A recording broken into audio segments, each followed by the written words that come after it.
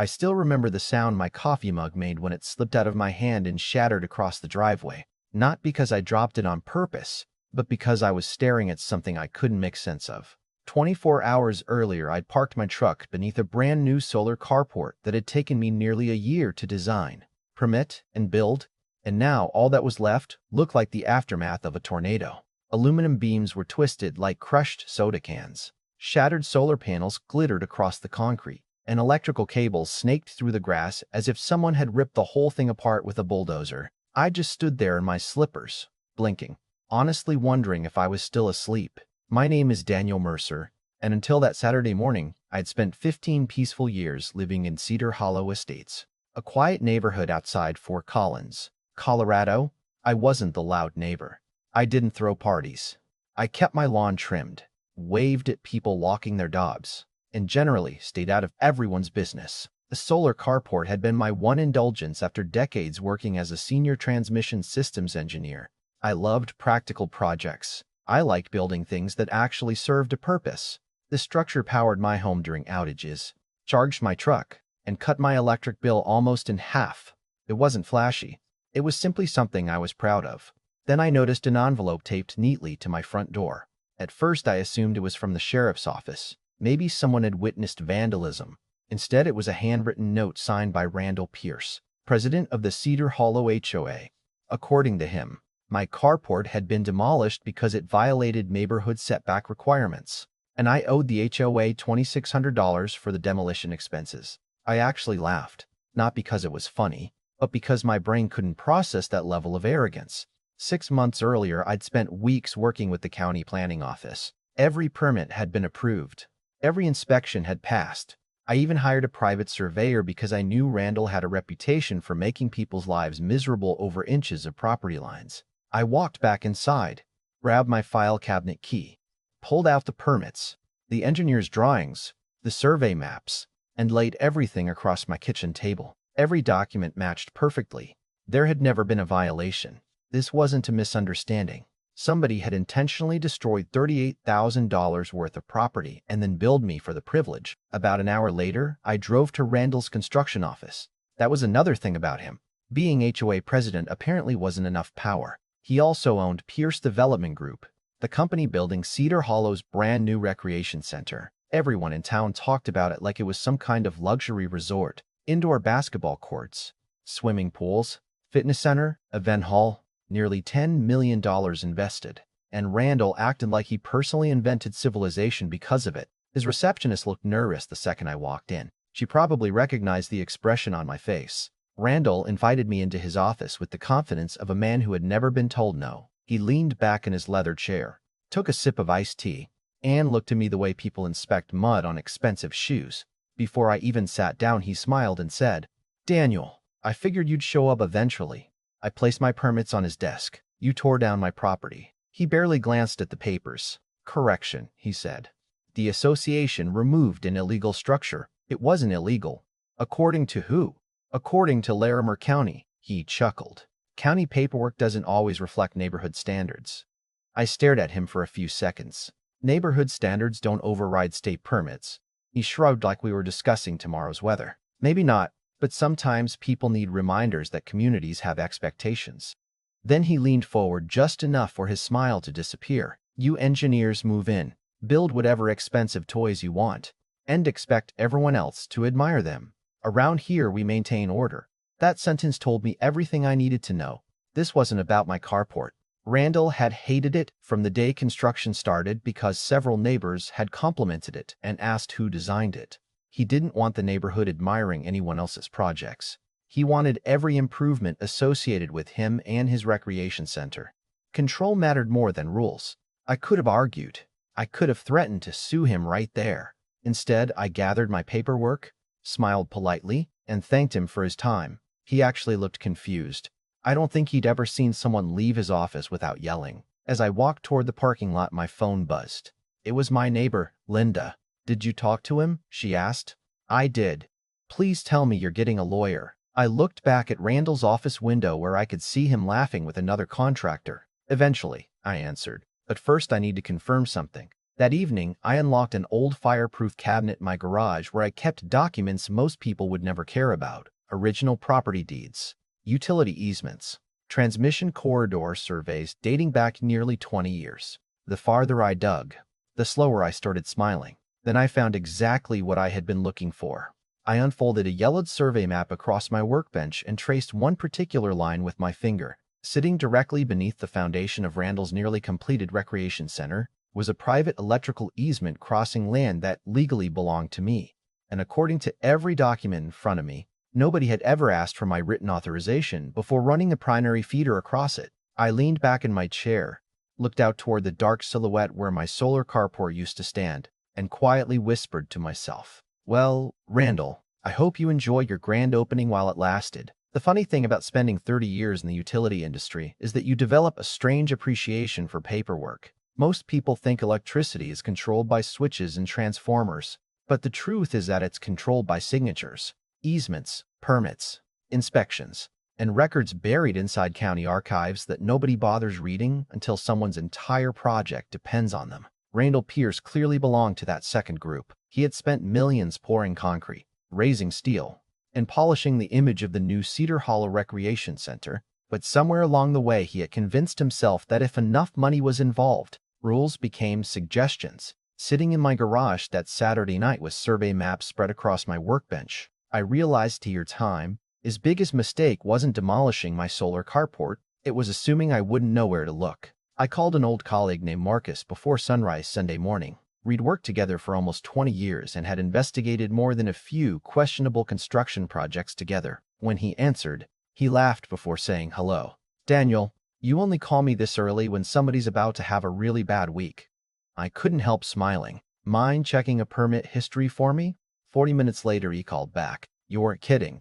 The recreation center has a temporary construction feed, but the permanent feeder documentation looks incomplete." "Incomplete how?" "No final electrical acceptance. No recorded authorization from the private easement owner either."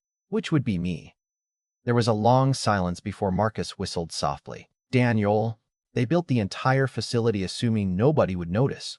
"Apparently. That's either incredibly bold or incredibly stupid. Sometimes they're the same thing." By noon, I had assembled a binder thicker than a phone book: original property deed, easement agreements dating back almost 2 decades, county plats, engineering surveys, every permit associated with my land. I wasn't building a lawsuit. I was building a timeline.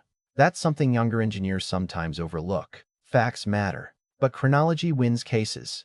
If you can prove exactly when each decision happened, excuses disappear. Monday morning, I walked into the Larimer County Recorder's office carrying that binder. The clerk behind the counter recognized me from previous permitting work and smiled. "Back again?" she asked, hopefully for the last time. She reviewed several documents, frowned, then disappeared into a back office with another employee. About 15 minutes later, both returned looking noticeably more serious. "Mr. Mercer," one of them said carefully, "we don't have any recorded authorization allowing that electrical corridor across your parcel." "That's what I thought." "Have you authorized it privately?" "Never." She looked at me over the top of her glasses. "Then someone has a problem." "Actually," I answered quietly, "I think several people do." By Monday afternoon, formal notices had been filed regarding unauthorized encroachment and private easement violations. I also submitted documentation questioning whether the permanent electrical installation had ever received final approval. I didn't exaggerate anything. I didn't accuse anyone of crimes.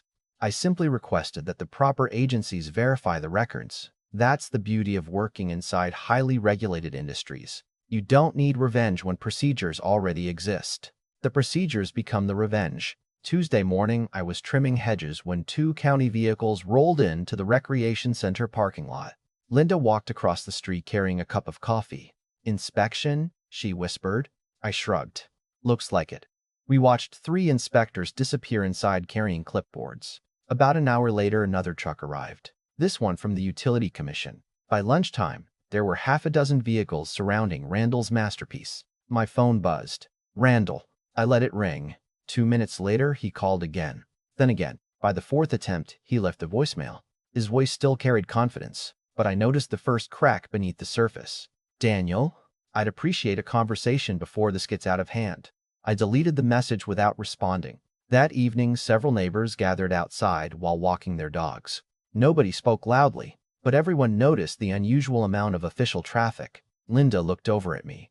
"You have anything to do with this?" I filed paperwork. "Only paperwork. Paperwork has accomplished more throughout history than most people realize." She laughed. "You engineers really are dangerous." Wednesday morning, things escalated. Marcus texted me a single sentence. "They found the missing inspection." My stomach tightened. I called him immediately. "What does that mean?" "It means there wasn't one. Randall's contractor requested temporary energization months ago so interior work could continue, but the permanent acceptance package was never completed." "You're sure?" "Positive." Somebody bypassed the final process hoping everything would slide through before opening day. Opening day. The grand opening gala was scheduled for Friday evening. The mayor was attending. Local television stations had already advertised live coverage. Food vendors had been hired. Sponsors were expected from across northern Colorado. Randall had spent months bragging that the recreation center would transform Cedar Hollow into one of the most desirable communities in the county. Every newsletter featured his picture standing in front of the building wearing a hard hat, like he personally poured every foundation. I almost felt sorry for him. Almost. Thursday morning, another certified letter arrived at my house. This time, it wasn't an HOA violation. It was an invitation from Randall requesting mediation. Funny how quickly powerful people rediscover diplomacy once government agencies start asking questions. His attorney called an hour later. "Mr. Mercer, perhaps there's room for compromise." "Compromise over what?" "The association regrets any misunderstanding." "A misunderstanding?" I repeated. "Somebody demolished $38,000 of my property without notice. Mistakes were made." "No, decisions were made." He hesitated. "Surely litigation isn't in anyone's best interest." "Who mentioned litigation?" I asked. "I'm simply allowing inspectors to verify public records." He didn't have much to say after that. Friday arrived bright and unusually warm. Around noon, I drove past the recreation center on my way into town. Crews were decorating entrances with banners. Catering trucks unloaded tables. Florists arranged enormous displays near the front entrance. Television vans were already claiming parking spaces. Randall stood near the entrance wearing an expensive navy suit instead of his usual construction clothes, shaking hands with sponsors as though nothing had happened all week. For a moment, I wondered whether somehow he'd managed to fix everything behind the scenes. Then, a little after 1 o'clock, my phone vibrated. "Marcus." I answered immediately. "You're going to want to watch the news around 3. "Why?" "Dispatch just authorized the feeder disconnect." I closed my eyes for a second. "It's official?" "Completely official. Without recorded easement authorization and final acceptance. They're legally prohibited from energizing the permanent service." "How much warning do they get?" "Enough to clear the building." At 2047 that afternoon, I parked across the street beneath a large cottonwood tree. Not because I wanted to celebrate. Honestly, I just wanted to witness the consequences of arrogance. 2 utility trucks rolled slowly into the parking lot. Behind them came county inspectors and a sheriff's deputy. Nobody was yelling. Nobody was running. Everything happened with almost boring professionalism. Randall marched outside waving paperwork and pointing toward the building. Even from across the street, I could see the frustration in his movements. He kept gesturing toward the guests arriving for the evening event. One inspector listened patiently, then handed him another document. Randall's shoulders visibly stiffened. Moments later, the utility foreman spoke into his radio. I knew exactly what was happening because I'd heard that same sequence of commands hundreds of times during my career. Isolation confirmed. Clearance verified. Disconnect authorized. A few seconds later, every exterior light flickered once, then disappeared. The decorative fountain stopped flowing. The massive electronic welcome sign went black. Inside the building, emergency lights blinked on with a pale orange glow before settling into silence. Air conditioning units wound down one by one until the entire $9.8 million recreation center sounded almost eerie. You don't realize how loud electricity is until it suddenly disappears. Across the parking lot, guests stood frozen holding trays, bouquets, and camera equipment. Someone from the television crew lowered his microphone and simply stared at the building. Randall remained perfectly still for several seconds before turning toward the inspectors. His face red enough that even from across the street I could tell he was shouting. They didn't shout back. They simply collected signatures, returned to their trucks, and drove away. Procedure completed. As Linda quietly walked up beside me, neither of us spoke for almost a full minute. Finally, she looked at the dark building and whispered, "Daniel, how long can they stay closed?" I kept my eyes on the silent recreation center while remembering the twisted remains of my solar panels lying across my driveway only 6 days earlier. "That," I answered softly, "depends on how many corners Randall decided to cut that nobody's discovered yet." And as emergency generators failed to power more than a handful of exit lights, I had a feeling the worst chapter of Randall Pierce's story was only beginning. The courtroom was almost full by the time Claire and I walked through the front doors on the 89th day after that orange lien notice had appeared on my house. Reporters weren't there, cameras weren't waiting outside, and to anyone passing through the hallway, it probably looked like another ordinary civil hearing. But for me, it felt like every sleepless night since Ethan's funeral had led to that one morning. I tightened my grip on the folder I no longer really needed because every piece of evidence had already been submitted weeks earlier. Claire looked over at me and smiled. "Whatever happens in there," she said, "remember, you already won the moment they stopped controlling the story." Before I could answer, her phone buzzed. She glanced at the screen, frowned for a second, then excused herself and stepped into the hallway. I watched her disappear around the corner while my stomach tied itself into knots. 5 minutes later, she returned, but something about her expression had changed. She wasn't carrying the focused look she always wore before hearings. She looked almost relieved. She sat beside me and slid a thin packet across my lap. "It's over," she whispered. "The board voted to accept every material term." I stared at her. "Every term?" She nodded. "Every single one." For a moment, I honestly couldn't process the words. I had prepared myself to testify, to answer questions, to relive every humiliating conversation with Denise, every lonely night sorting through Ethan's boxes, every moment I wonder if I would lose the house we built together. Instead, the fight ended because they finally realized what a public trial would expose. Discovery had uncovered too much. The emails, the payment records, the recording, the internal discussions about targeting homeowners they considered easy marks. They weren't settling because they suddenly found a conscience. They were settling because they were out of places to hide. The agreement required the HOA to pay me $40,000 in damages, reimburse every dollar of my legal expenses, and immediately release the lien from my property. But Claire wasn't finished. She turned to the final pages and tapped a paragraph with her pen. "Read this part." My eyes moved slowly across the page before they stopped. The HOA also agreed to release 6 existing liens filed against widows and dismiss collection actions against 15 additional families whose files showed the same pattern of selective enforcement. I covered my mouth before I even realized I was crying. I had walked into this fight believing I was trying to save my own home. Somehow it had become something much bigger. A week later, the neighborhood clubhouse was packed for an emergency community meeting. I'd lived in Willow Creek for nearly 20 years and had never seen so many people show up. Chairs ran out before the meeting even started. Homeowners stood against the walls, filled the hallway, and spilled onto the patio outside. Nobody came to hear another polished speech. They came looking for answers. Denise Carlton never showed up. Her resignation letter had quietly landed in everyone's mailbox 2 days earlier. Ronald Pierce had resigned before that. The board president, Martin Holloway, walked to the podium looking 20 years older than the last time I'd seen him. His prepared statement lasted less than 3 minutes before homeowners started raising their hands. Then they stopped waiting to be called on altogether. One elderly veteran stood and asked why his disabled neighbor had been threatened with foreclosure over a debt that another family across the street never had to pay. A young couple demanded to know why certified mail receipts were missing from their file.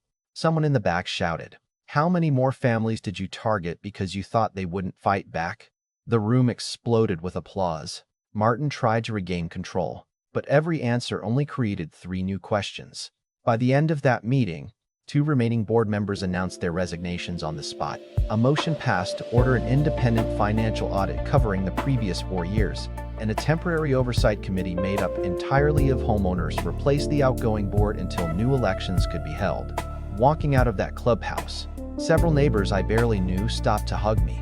One woman quietly admitted she had almost signed paperwork giving up her house because she thought she couldn't afford to challenge the HOA. Another man shook my hand and simply said, "You fought for all of us." I drove home before sunset, unlocked my front door, and stood in the hallway where everything had started. The tiny nail that once held that bright orange lien notice was still there. I reached into the bag Claire had handed me earlier, removed a simple wooden frame, and carefully placed the settlement check inside. Then I hung it on that same nail. Same wall, same spot, different story. I stood there for a long time, not because of the money, but because that empty piece of wall had once represented fear. Now it reminded me that truth has a strange way of surviving, especially when someone takes the time to save it. Ethan used to tell me, paper doesn't forget. Back then, I thought he was just being overly organized. Now I realize he was leaving me one final gift without even knowing it. Every receipt he saved, every meeting minute he printed, every email he archived became his way of protecting me long after he was gone. Sometimes people ask whether I hate the HOA after everything that happened. The truth is, I don't. I hate what happens when ordinary people are given unchecked power and slowly convince themselves that nobody will ever challenge them. That's how communities stop being neighborhoods and start becoming kingdoms. So now I want to hear from you. If someone tried to take your home using intimidation instead of fairness, would you have paid the bill just to make the problem disappear, or would you have risked everything to expose the truth? Tell me what you honestly think in the comments, because there isn't one right answer. And conversations like these matter more than most people realize. If this story reminded you that standing up for yourself can sometimes protect a whole community, share it with someone else who needs that reminder. And don't forget to subscribe, because sometimes the biggest victories don't begin with a courtroom. They begin with one person refusing to believe they're powerless.